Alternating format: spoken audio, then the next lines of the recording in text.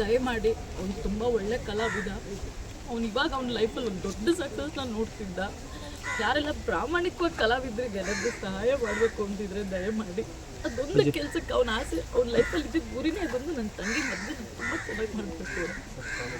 ಇಲ್ಲಿ ನಾವು ದೊಡ್ಡ ಕುಟುಂಬ ಇದ್ದೀವಿ, ಅಂದರೆ ನಾವು ಹೇಳಿದ್ವಿ ನಾವು ಕಾಂಗ್ರೆಸ್ ಹೇಳಿದ್ರು ಅನ್ನೋದು ಒಂದು ದೊಡ್ಡ ಕುಟುಂಬ ಇದ್ದೀವಿ. ಈ ಕುಟುಂಬ ಏನಿದೆ, ಈ ಕುಟುಂಬ ಸದಸ್ಯರು ನಾವುಗಳೆಲ್ಲ ಏನಿದ್ದೀವಿ, ನಾವೆಲ್ಲರೂ ಇಲ್ಲಿ ನಿಂತ್ಕೊತೀವಿ. ಅದ್ರ ಜೊತೆಗೆ ಕನ್ನಡ ಸಿನಿಮಾ ಇಂಡಸ್ಟ್ರಿ ಕಡೆಯಿಂದ ನಾವು ಒಬ್ಬ ಕಲಾವಿದನಿಗೋಸ್ಕರ ನಾವೆಲ್ಲರೂ ಸೇರಿಕೊಂಡು ನಾವು ಇಡೀ ಟೀಮೆಲ್ಲ ಸೇರಿಕೊಂಡು ನಾವು ಕೂಡ ಸೇರ್ಕೊತಾ ಇದ್ದೀವಿ. ಸಪೋರ್ಟ್ ಹಾಕಿ ನೀವು ಕೂಡ ಸಪೋರ್ಟ್ ಆಗಿ ನಿಂತ್ಕೊಳ್ಳುವಂಥ ಮುಖ್ಯ.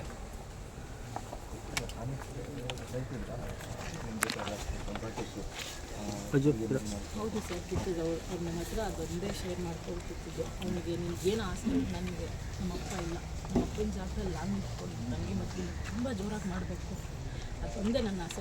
ನಾನು ಮದುವೆ ಆಗೋ ಆಸೆ ಕೂಡ ಇಲ್ಲ.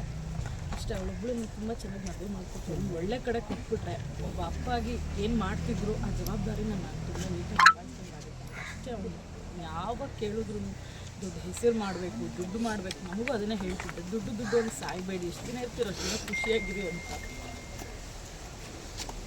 ಅವ್ನು ಯಾವತ್ತೂ ಸ್ಟೇಜ್ ಮೇಲೆ ಆ್ಯಕ್ಟ್ ಮಾಡಲಿಲ್ಲ ಸರ್. ಅವ್ನು ಏನಿದ್ದ ಅವನು ಹಾಗೆ ಬರ್ತಿದ್ದ ಸ್ಟೇಜ್ ಮೇಲೆ.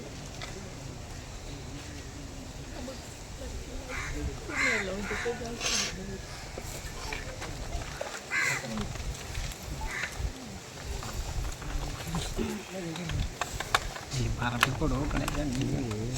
ನಗಿಸಿದಂತಹ ನಮ್ಮ ಕುಟುಂಬ, ನಾವೆಲ್ಲರೂ ನಿಂತಿದ್ದೀವಿ, ನಮ್ಮೆಲ್ಲರೂ ಕುಟುಂಬದ ಒಂದು ಕೂಸು ಇವತ್ತು ಇಲ್ಲ ಅನ್ನೋ ಒಂದು ಬೇಸರ ತುಂಬ ಇದೆ. ತುಂಬ ನೋವಾಗ್ತದೆ ವಿಷಯ ಕೇಳಿದಾಗ. ಯಾಕಂದರೆ ನಾನು ಇದುವರೆಗೂ ಮಂಗಳೂರಿನ ಗೆಳೆಯರು ತುಂಬ ಜನ ಇದ್ದಾರೆ. ನಮ್ಮ ಸೀಸನ್ 1 ಆಗಿರ್ಬೋದು, 2 ಆಗಿರ್ಬೋದು, ತುಂಬ ಜನ ಇದ್ದಾರೆ. ಆದರೆ ಯಾವುದೂ ಫಂಕ್ಷನ್ಗಳಿಗೆ ಅಂತ ನಾನು ಯಾವಾಗಲೂ ಬಂದಿರಲಿಲ್ಲ ಮಂಗಳೂರಿಗೆ. ಸೊ ಈ ಥರದ್ದೊಂದು ಇನ್ಸಿಡೆಂಟ್ ಆಗಿ ಈ ಥರ ಬರಬೇಕಾಯ್ತಲ್ಲ ಅನ್ನೋ ಒಂದು ಬೇಜಾರು ಭಾಳ ಇದೆ. ಒಬ್ಬ ಒಳ್ಳೆ ಗೆಳೆಯ, ನಾನು ಹೇಳಿದಾಗೆ ಯಾರೂ ಕೂಡ ಅದನ್ನು ನಾವು ಎಲ್ಲಿ ಯಾರ ಜೊತೆಲಿ ನಗ್ನಗ್ತಾ ರಿಹರ್ಸಲ್ ಟೈಮಲ್ಲೂ ನಗ್ತಾ ಸ್ಟೇಜ್ ಮೇಲೂ ನಗಿಸ್ತಾ ಇದ್ದಂತ. ಅದೇ ನಾನು ಹೇಳಿದ್ನಲ್ಲ, ಇದು ಇದೆಲ್ಲ ನಮ್ಮ ಕುಟುಂಬನೇ. ಇದು ಸೀಸನ್ 1 ಸೀಸನ್ 2 ಅಂತ ಏನಿಲ್ಲ, ಎಷ್ಟೇ ಸೀಸನ್ಗಳಾದರೂ ಅದೆಲ್ಲ ನಮ್ಮ ಕುಟುಂಬದ ಕೂಸು ಇದ್ದಂಗೆ. ಒಂದು ಅಂತಂದರೆ ಸ್ವಲ್ಪ ವರ್ಷಗಳಿಂದ ಅವರ ತಂದೆಯನ್ನು ಕಳ್ಕೊಂಡಿದ್ರು ಅಂತ ಹೇಳಿದ್ರು. ನನಗೆ ಗೊತ್ತಿರಲಿಲ್ಲ ಇವತ್ತು ಬರಬೇಕಾದ್ರೆ ಮತ್ತೆ ಎಲ್ಲ ವಿಷಯಗಳನ್ನ ಕೇಳ್ಕೊಂಬಂದಾಗ ತಂದೆ ಕಳ್ಕೊಂಡಿದ್ರು. ಮನೆಗೆ ಆಧಾರ ಸ್ತಂಭವಾಗಿದ್ದು ನಮ್ಮ ರಾಖಿ. ಸೊ ಈಗ ಅವನು ಕಳ್ಕೊಂಡಿರೋಂಥ ತಾಯಿ ಮತ್ತು ತಂಗಿ. ಆದರೆ ನಾವು ರಾಖಿ ಇಲ್ಲ, ಆದರೆ ರಾಖಿ ಸ್ಥಾನದಲ್ಲಿ ನಾವೆಲ್ಲರೂ ಇರ್ತೀವಿ.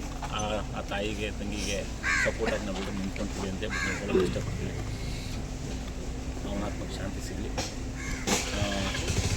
ಅಮ್ಮ ಮಗಳಿಗೆ ಈ ನೋವನ್ನ ಬರೆಸುವಂಥ ಶಕ್ತಿನ ದೇವ್ರು ಕೊಡಲಿ ಅಂತ ಹೇಳ್ತೀವಿ. ಆದರೆ ಅವರು ಎಲ್ಲನೂ ಮಾಡ್ತಾರೆ. ಇಷ್ಟು ಬೇಗ ಒಂದು ಒಳ್ಳೆ ಸಕ್ಸಸ್ನ ಈ ಏಜಿಗೆ ಕೊಟ್ಟು ಇಡೀ ಕರ್ನಾಟಕ ಜನ ಗುರುತಿಸ್ಕೊಳ್ಳೋ ಥರ ಮಾಡಿ ಇಷ್ಟು ಬೇಗ ಮತ್ತೆ ವಾಪಸ್ ಕರ್ಕೊಳ್ಳುವಂಥ ತಪ್ಪನ್ನು ಯಾಕೆ ಮಾಡೋದಪ್ಪ ಭಗವಂತ ಅಂತ ಒಂದು ಪ್ರಶ್ನೆ ನಾವು ಹೇಳ್ತೀವಿ.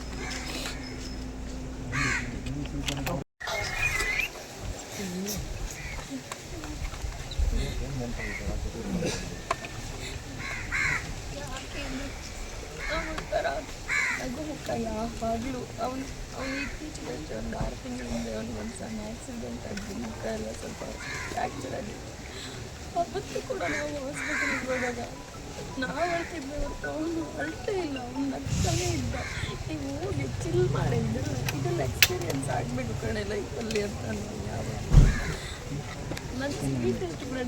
ನಾನು ಯಾವಾಗಲೂ ಸ್ವೀಟು ಅಂತ ಕರಿತಾ ಇದ್ದವು. ನನಗಿಂತ ಏಜಲ್ಲಿ ದೊಡ್ಡವನು, ಆದ್ರೂ ಅವನು ಆ ಕುಳ್ಳಕ್ಕೆ ಆ ರೀತಿ ಇದ್ದಿದ್ದರಿಂದ ನಾನು ಅವನ್ನ ತುಂಬ ಮುದ್ದಾಗಿ ಸ್ವೀಟು ಅಂತ ಕರಿತಾ ಇದ್ದೆ. ಈಸ್ ಲೈಕ್ ಯಾರು ನಮ್ಮ ಸೆಟ್ಟಲ್ಲಾಗಲಿ, ನಮ್ಮ ಕಲಾವಿದ್ರ ಯಾರಾದರೂ ಚೆನ್ನಾಗಿ ಆ್ಯಕ್ಟ್ ಮಾಡ್ತಿದ್ದಾರೆ ಅಂದರೆ ಹೋಗಿ ಬಂದು ಪ್ರೋತ್ಸಾಹ ಮಾಡೋಣ. ಅವ್ನು ಯಾವತ್ತು ಅವನ ಕಷ್ಟ ನಾವು ಯಾರ ಹತ್ರ ಹೇಳ್ಕೊಂಡವನು, ನಮ್ಮ ಹತ್ರ ಅಂತೆಲ್ಲ ಕಷ್ಟ ಕೇಳೋನು, ನಮ್ಮ ನಗ್ಸೋನು, ಚಿಲ್ ಮಾಡ್ರೆ ಅಂತ ಎಲ್ಲ ಅವನಿದ್ದ ಕಡೆ ನಗು ಅಷ್ಟೇ. ನಗು ಬಿಟ್ಟರೆ ಬೇರೆ ಯಾವತ್ತೂ ನಾನು ಅವನ ಹತ್ತಿದ್ದು ನೋಡಿಲ್ಲ. ಅವನ ಸ್ಥಿತಿಯಲ್ಲಿ ಅವನು ಊರಿಗೆಲ್ಲ ಕರೆಯೋನು, ಬನ್ನಿ ನಮ್ಮೂರ ಹತ್ರ ಬೀಚೆಲ್ಲ ಇದ್ದ ಗಮ್ಮತ್ತು ಮಾಡುವ ಚೆನ್ನಾಗಿರುತ್ತೆ ಅಂತ. ಬರ್ತೀನಿ ಆದರೆ ನಾವು ಯಾವತ್ತೂ ಈ ಪರಿಸ್ಥಿತಿಯಲ್ಲಿ ಬರ್ತೀವಿ ಅಂತ ಅಂದ್ಕೊಂಡಿದ್ದೀನಿ. ಅವ್ನು ದೊಡ್ಡ ಆಸೆ ಅಂದರೆ ನಮ್ಮ ತಂದೆ ಕೂಡ ಇಲ್ಲ. ತಂಗಿ ಮದುವೆ ಒಂದು ಮಾಡಬೇಕು. ಅವ್ನು ನನಗೆ ಗೊತ್ತಿರಲಿಲ್ಲ, ಇದು ನನಗೆ ರೀಸೆಂಟಾಗಿ ಗೊತ್ತಾಗಿತ್ತು. ಅವ್ನು ವಿನ್ನಿಂಗ್ ಅಮೌಂಟ್ ಕೂಡ ನಮ್ಮ ಕಾಮಿಡಿ ಕಿಲಾಡಿಯಲ್ಲಿ ವಿನ್ನಾದ ಅಮೌಂಟ್ ಕೂಡ ಅವನು ತಂಗಿ ಮದುವೆಗೆ ಅಂತ ಫಿಕ್ಸ್ ಡೆಪಾಸಿಟ್ ಇಟ್ಕೊಂಡಿದ್ದ. ಅವ್ನ ಫ್ಯಾಮಿಲಿಗೆ ಒಳ್ಳೆದಾಗಬೇಕಂತ.